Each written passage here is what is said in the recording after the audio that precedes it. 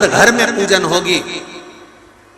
कोई तुमसे पूछे कि सत्यनारायण जी की कथा कहां से निकली है तो आप बता सकते हो स्कंद पुराण से निकली है। स्कंद पुराण में सत्यनारायण भगवान का चरित्र वर्णन किया गया।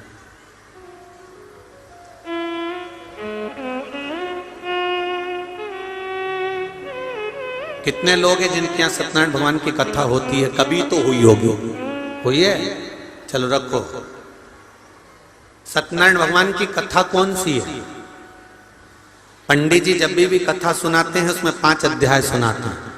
बोलो। पहला अध्याय सुनाया, एक ब्राह्मण के घर पर एक लक्कड़हारे ने कथा सुनी। बोलो सही है कि गलत है? दूसरा अध्याय, फिर कथा सुनकर उसने कथा सुनी।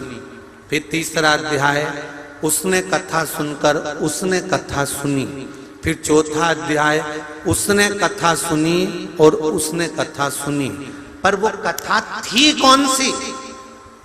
जो सत्यनारायण जी की थी, जो सबने सुनी, पर आज तक वो 5 अध्याय में नहीं आई।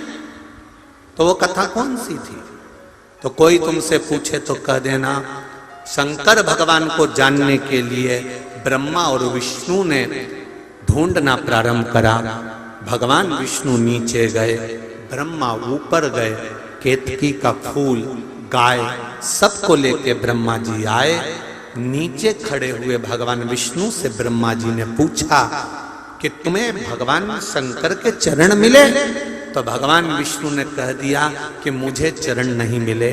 शंकर भगवान के सामने भगवान नारायण ने सत्य बोल दिया था, इसलिए उनका नाम सत्यनारायण हो गया। तब भगवान विष्णु ने जैसे ही सत्य बोला तो 33 कोटि देवताओं ने पुष्पों की वृष्टि करी, हाथ जोड़कर स्मरण करा, स्तुति करी। एक सुंदर कलश को सजाकर उस पर श्रीफल रखकर, आम पत्र को लगाकर, केल पत्र के साथ में भगवान विष्णु की आराधना करना प्रारंभ करी। और भगवान विष्णु की जब आराधना करी तो यही आराधना जब करना प्रारंभ करे तब उनको कदली फल मेवा का भोग लगाया, क्योंकि तुमने सत्य बोला है। सत्य बोलने वाले की पूजन संसार में होती रही है, इसलिए भगवान नारायण की उस दिन से पूजन प्रारंभ हो गई। अब कोई तुमसे पूछे कि सत्यनारायण जी की कथा कौन सी थी तो तुम बता देना कि कथा ये थी, और वो 5 अध्याय तो कथा के क्रम के। आपने जितनी बार भी सत्यनारायण जी की कथा सुनी होगी उसमें बताया होगा, उन्होंने कथा करवाई तो उन्होंने कथा करवाई तो उन्होंने कथा करवाई। वो कथा कौन सी थी? वो कथा ये। अब भगवान विष्णु ने ब्रह्मा जी से पूछा, आपको भगवान शंकर का सिर मिला? हाँ। आकाशवाणी हो गई शिवलिंग में से, ये ब्रह्मा झूठ बोल रहा है।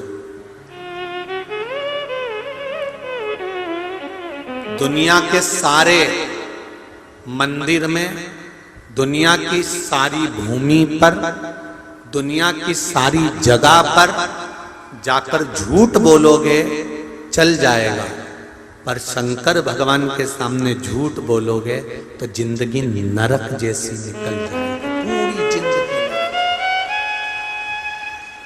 ये अदालत, ये पंचायत, ये पंच, ये तो सब बाद में बने। इससे पहले तो गांव के लोग निर्णय कराने के लिए शंकर जी के मंदिर लेके जाते थे।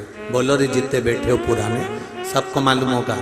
जरा सा कोई काम बिगड़ा, चल शंकर जी के मंदिर में उठा गंगा जली और कह दे कि तूने ऐसा नहीं करा। ना पहले पंचायत होती थी, ना पहले अदालत होती थी, ना कोई निर्णायक मंडल होता था। केवल एक निर्णय होता था, शंकर जी के मंदिर में ले जाकर खड़ा कर देते थे और उठा गंगा जली और कह दे तूने ये नहीं करा। कारण क्या था?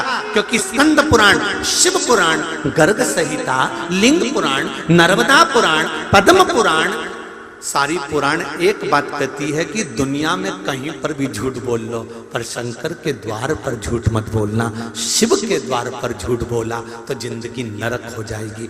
ब्रह्मा जी ने शंकर जी के सामने झूठ बोल दिया। और क्या झूठ बोला कि मुझे शिव जी का सिर मिल गया। ब्रह्मा जी ने जैसे बोला तो शंकर भगवान ने कहा ब्रह्मा तुम झूठ बोल रहे हो। ब्रह्मा जी ने बात स्वीकार नहीं करी। ना मानो तो केतकी के फूल से पूछो।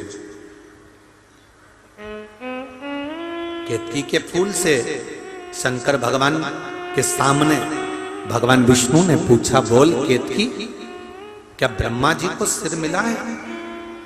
शंकर भगवान का। केतकी के फूल ने कहा, ब्रह्मा जी ने तो सिर का दर्शन कब से कर लिया था। केतकी के फूल ने भी झूठ बोल दिया।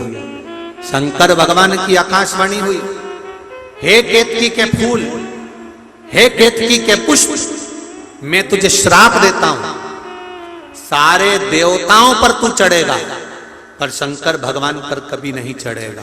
अगर भूल से भी चढ़ गया तो 1000 गौ हत्या के बराबर दोष लग जाएगा। केतकी का फूल सारे देवताओं पर चढ़ता है पर भगवान देवाधिदेव महादेव पर कभी नहीं चढ़ता, कभी नहीं चढ़ता, कभी।